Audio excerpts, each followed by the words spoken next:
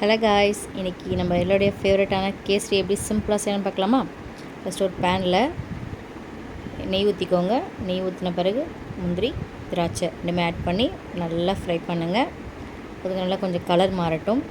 Colour மாறினோடனே ஒரு 2 class தண்ணி ஊற்றுங்க.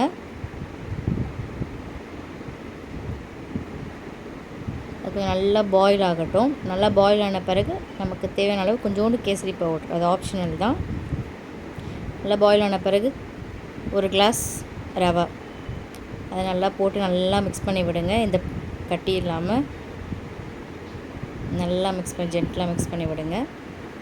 அதுக்கப்புறம் ஒரு 2 கப் சர்க்கரை, ஒரு கிளாஸ் ரவைக்கு 2 கப் சுகர் கரெக்டாக இருக்கும். நல்லா போட்டு நல்லா மிக்ஸ் பண்ணி விடுங்க. அது அப்படியே கொஞ்சம் நல்லா பாயில் ஆகி கொஞ்சம் திக் கன்சிஸ்டன்சி ஆன பிறகு நம்ம கேசரி ரெடி ஆயிரும். இதுக்கப்புறம் நெக்ஸ்ட் வீடியோவில் பார்க்கலாம். பாய்.